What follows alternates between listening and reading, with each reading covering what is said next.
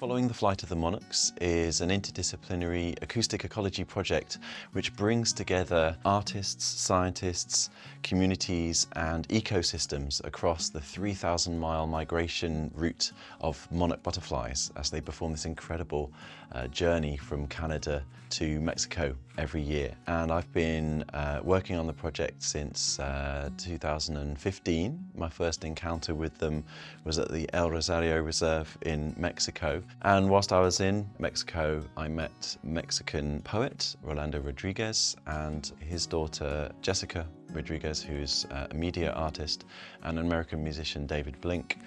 We ended up collaborating on an audiovisual installation where you can walk inside it and you're immersed in video and sound of the monarch butterflies. As part of the project, I've started installing a network of listening stations of open microphones between Canada and Mexico, which live stream the sounds of those environments. We can then share those with ornithologists and ecologists who are able to listen into bird calls and the sounds of other animals, but we're also integrating those into artworks so that we've created a networked performance. So there was myself, we would have Rolando in Mexico reciting poetry, we would have David playing trumpet and handpan in California, and Jessica live video mixing from Canada, and more recently Patty Solozano dancing from Mexico. And then we would integrate that with the live streams of these environments, plus pre-recordings and video in real time over Zoom. So we sort of connected all of these people and places all at the ssame time.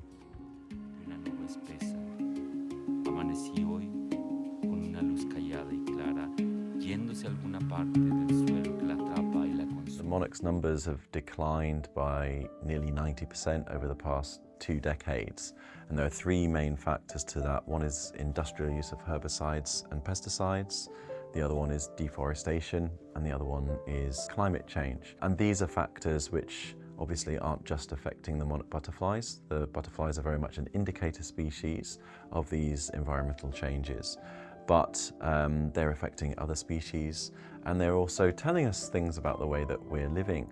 I think this particular approach is weaving together both scientific and artistic inquiry, and increasingly in my work over the past few years, I've become interested in sort of combining both scientific and artistic approaches, because I think they can both tell us slightly different things about particular phenomena. I think it's also easy for people to get overwhelmed with the facts and feel disheartened by what we can do. Part of the project is all about showing the wonder and the beauty of nature and trying to connect us emotionally more with those places. Through taking some of these artworks to people, we can at least give them a sense of what it's like to be there and hopefully engender something more of an emotional connection.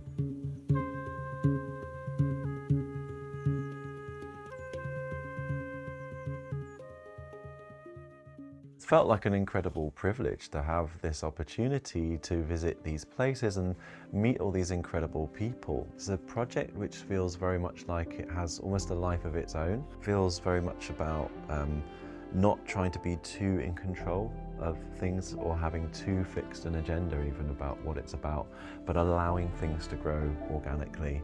I would really hope that over time we can build upon the sort of early experiments that we've done in terms of the ecosystem monitoring, which is still very much in a pilot stage. I think another one is just getting more people involved on a grassroots level and connecting people between these different countries, between these different political borders, which are just invisible. And I think there's the wonderful thing about the monarchs is that they obviously, ignore those illusionary boundaries in a sense, or those human imposed boundaries. I think it's increasingly important to maintain or find ways of maintaining links and channels of openness between each other as increasingly countries seem to be shutting down their borders more and more.